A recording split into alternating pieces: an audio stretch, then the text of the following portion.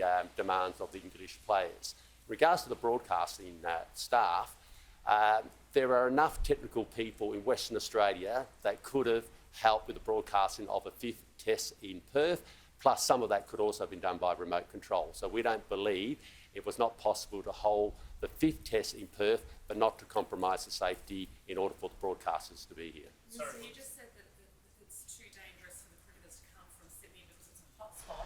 People will be free to travel from that hotspot in early February when the border reopens if they're vaccinated.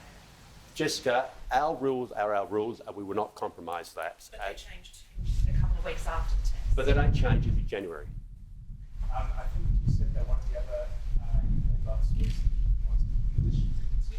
Is that right? So is your understanding that they just did not want to do the 14 days? I might defer to Deputy Commissioner Dryberg on that, but my understanding there was some issues. One of the demands that we were, one of our demands was that the players, while they're in Sydney, didn't go out socialising at restaurants and so forth, and basically remained in a bubble, and then they came to Perth.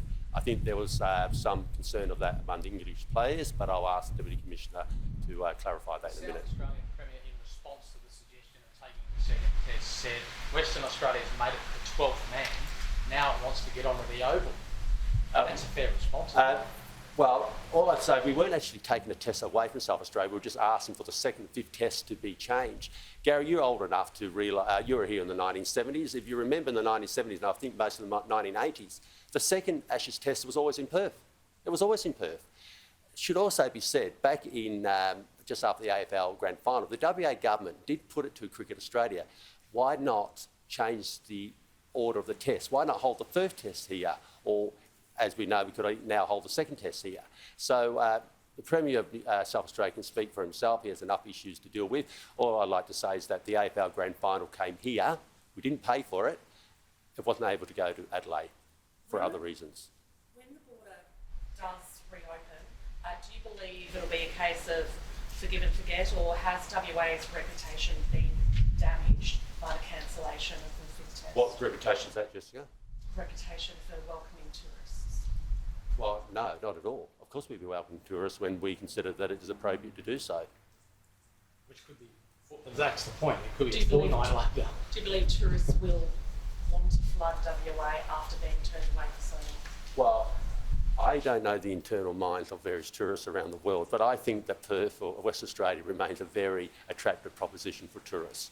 The point is, we're dealing with the fifth test or the second test, and that's what I as a sports minister is dealing with. But also, I should say, that due to our quarantine arrangements for the last 2 years, we've basically had community sport uninterrupted here in West Australia for 2 years. Go and ask your counterparts in Victoria and to a lesser extent in New South Wales whether their domestic weekend competitions have been interrupted. No, they have been there, but not here. Does some blame the result today rest with people who remain unvaccinated and haven't therefore brought the border date forward by lifting WA's vaccination rate?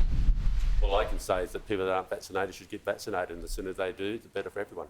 The Wacker CEO has claimed that they could miss out up to $5 million worth of revenue because of lost fixtures. Will the WA government consider compensating them for some of that? I haven't heard that, and I'm sure that Christine Matthews will make a will contact the government if need be, but I don't think that's actually going to be some consideration that the state government will be considering, and obviously will be other cricket matches. We've had a lot of cricket here in the last couple of years. Only a couple of weeks ago, we celebrated the women, the Perth Scorchers, winning the WBBL, a great event, and you had broadcasters there, and they used West Australian broadcasters when they needed to. So we actually had a grand final of a major domestic competition in cricket here in Perth 2 weeks ago. Tony, how was the news officially broken to you this morning?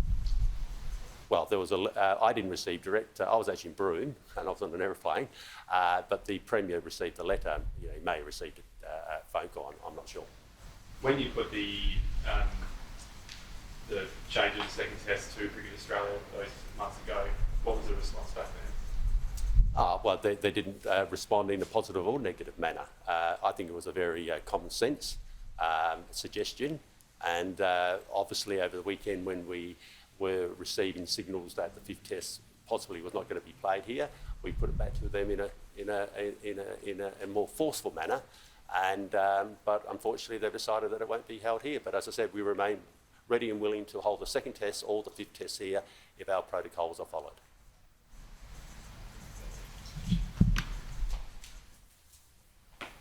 What was the sticking point as far as you were concerned? Well, as far as I was concerned, the sticking point was really the requirement for bring broadcasters into the state, and the other sticking point was the fact that Cricket Australia wouldn't agree to player protocols that met our requirements for the overseas players and the Australian players while still in New South Wales, and bearing in mind in the previous 14 days before they arrive in WA, they also would have been in Victoria.